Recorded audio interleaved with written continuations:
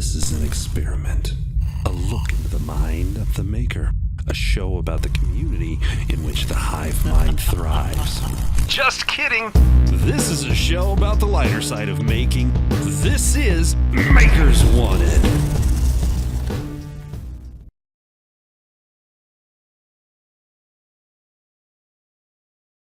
Hey there, you're probably asking yourself right now, what's all this tomfoolery? All this madness? Well, let me tell you. This is probably the best maker show around. No, seriously. Not only does this show contain the best knowledge from the brightest minds in making today, it'll also make you a better maker by at least 93%. 95% if you watch till the end. Now I know you all want to up your YouTube videoing skills. Well, we have just what you need. This is the best advice. I got this covered. This one's for all the YouTubers out there. It has to do with background music and voiceovers. First, you want to pick awesome background music because you want your viewers to really jam out and groove to your video. That's so important. Next, it's the voiceovers. The volume of the voiceover in comparison to the background music has to be very precise. So here's the good advice. Make sure that voiceover audio is barely audible. That's right. When you're speaking, you want to give the perception that you're saying something useful to the viewer, even though you probably don't care what the viewer thinks, and you probably care very little about them. It's important that they perceive you're giving good information. So don't make that voice over a volume inaudible, and don't jack it up to where they can understand what you're saying. Just have it barely audible, and do not interrupt that background music volume level because people need to jam out. That's your good advice. That is some good advice. Thanks. I think my viewers will love it. Alright, you know that every maker wants to up their skills. That's what everybody's working towards. Getting better at your craft and honing your skills is important. Maybe we can help you with that too. Hi, I'm Eloy, and you suck at woodworking. Maybe you want to stick two pieces of wood together.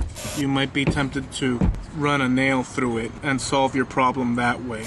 That's stupid. Or you may have your daddy's drill and you can actually use a screw. What you probably end up doing is putting the screw up on the wood and just drilling straight in. You're not that bright. What I would do is take a bit, drill through the piece of wood, then you can easily screw the two pieces of wood together. You think you could handle that? I'm not too sure. Right. Got it. You know, I like a little competition. It's good for the marriage.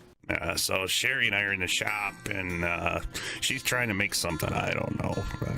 I get this brilliant idea. I think I'm gonna. Yeah, I don't know. I'm gonna mess with the gun a little bit, and we'll see how well she works. So here I am setting up the blocks. Yeah. Boom. Yeah, that's a good shot. Yeah. Oh man, she's kind of a. What the heck? She's kind of a sharpshooter. All right, now it's my turn. I'm gonna show her. Oh, that's bad. That's bad. Oh, good, she never saw it. Oh, maybe I. Oh, that's bad. Oh. You know what? I'm just going in. Ooh. Maybe next time, Rick. Okay, time for a quick tip. Storing all of your materials is an important part of being a maker. Storing them properly can mean the difference between a smooth workflow and an all-around bad time. Take wood glue as an example. Storing wood glue can be a problem. It's runny and can easily be spilled. The solution? Freeze it. Frozen wood glue stores much better, and this will prevent any inevitable spills. Simply place your container of wood glue in your freezer, or if you're lucky enough to live in a cold climate, stick it in the snow.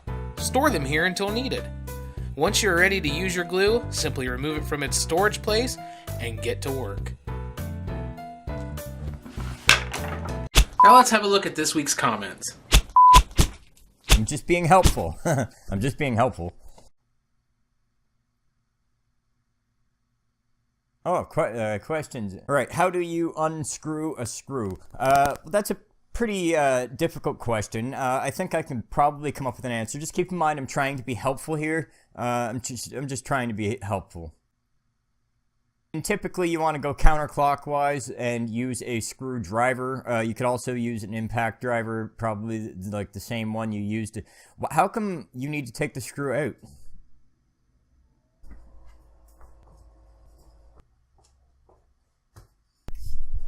Didn't you figure out when you drilled the pilot hole that it was in the wrong place, or you just decided to drive a big piece of steel? I mean, that's a little harsh. I'm just trying to be helpful, but yeah, counterclockwise and turn it that way. I'm just trying to be helpful. I'm just trying to be helpful. Well, if he was any more helpful, we'd have to charge for this. Okay, so this wouldn't be a maker show if we didn't share with you some kind of a build. So, today we're gonna make a Bluetooth speaker out of this.